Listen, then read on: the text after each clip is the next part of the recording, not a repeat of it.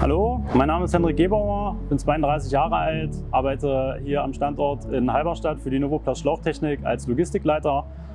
Das heißt, ich leite die Abteilung Fertigwarenlogistik, Materialbereitstellung und Versand.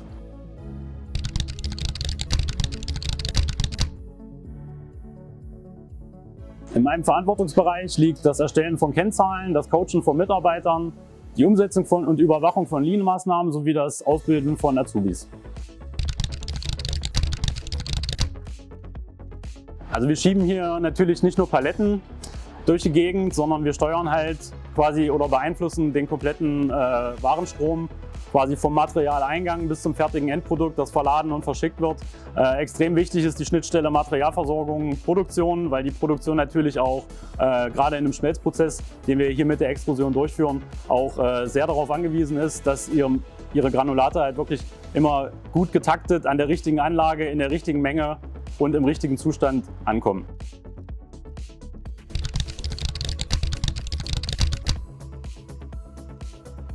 Ja, ich komme eigentlich aus einem ganz anderen Bereich. Ich war ursprünglich mal tätig im Bereich Veranstaltungstechnik, habe dann irgendwann für mich gemerkt, ich mag das Gefühl, jeden Tag nach Hause zu kommen, weil ich sehr viel unterwegs war. Habe mich dann nochmal umgeschult quasi oder ausgebildet zur Fachkraft für Lagerlogistik und habe daran auch sehr viel Gefallen gefunden. Ich war hier am Standort 4 Jahre lang in der Materialbereitstellung tätig, im Dreischichtsystem. Das hat mir auch sehr großen Spaß gemacht, weil ich mag es halt, wenn ich ein bisschen unterwegs sein kann, in der Firma ein bisschen rumkomme in verschiedenen Abteilungen. Das hat in der Materialbereitstellung sehr gut funktioniert.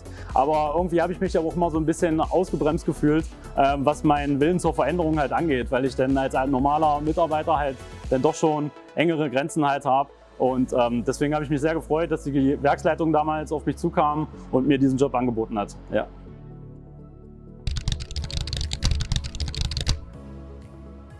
Ja, das Gefühl ist natürlich ein super schönes. Es ist auch wirklich so was Faszinierendes an der Logistik.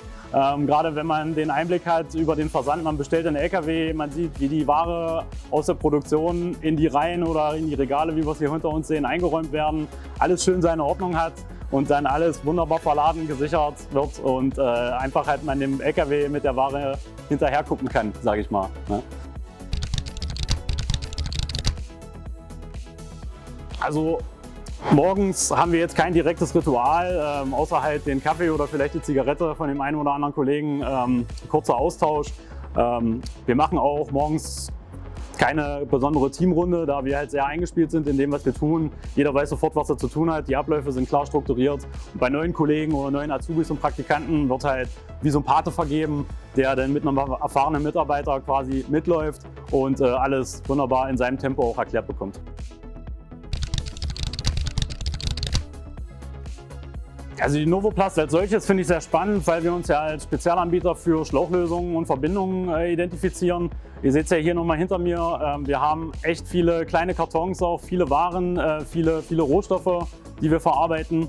Wirklich vom günstigsten LDPE bis zum Hightech-modifizierten, mit Silber veredelten Medizinkunststoff.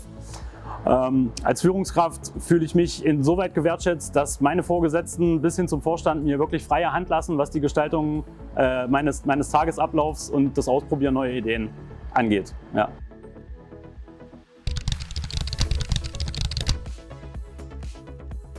Also ein lückenloser Lebenslauf ist mir eigentlich völlig egal. Ein Hauptschulabschluss sollte natürlich schon drin sein, das muss man schon sagen. Allerdings wäre der beste Einstieg halt einfach über ein Langzeitpraktikum. So machen wir es auch mit den meisten Azubis. Man hat halt die Chance, sich persönlich besser kennenzulernen, kann schon mal in die Arbeit reinschnuppern. Das ist, glaube ich, so Win-Win für beide Seiten.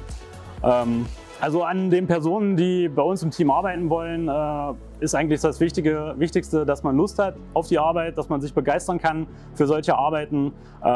Der Ordnungssinn kommt so ein bisschen von alleine, da wächst man halt so rein. Wir arbeiten ja viel mit visuellem Management und irgendwann habe ich schon von Kollegen, die länger bei uns schon sind, schon gemerkt, oh, irgendwann stört es einen auch selber, wenn es nicht auf dem dafür markierten Platz steht, sondern halt einen Zentimeter daneben oder einen Meter daneben, wie man es auch nimmt. Also Zuverlässigkeit ist wirklich das Wichtigste, dass man auch wirklich ein Team formen kann, dass man die Kollegen nicht hängen lässt, auch gerade wenn es mal stressig ist.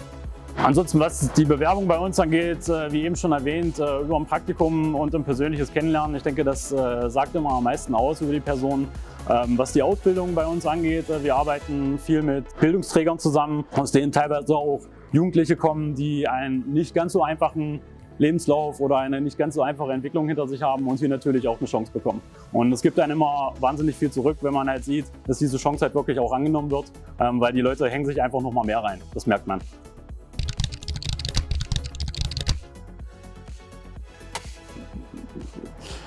Ja, Hand aufs Herz. Arbeit ist Arbeit, Privat ist Privat und wenn ich jetzt meine Freundin fragen würde, sie würde da wahrscheinlich schon eher zum kreativen Chaos, würde ich mal sagen, tendieren.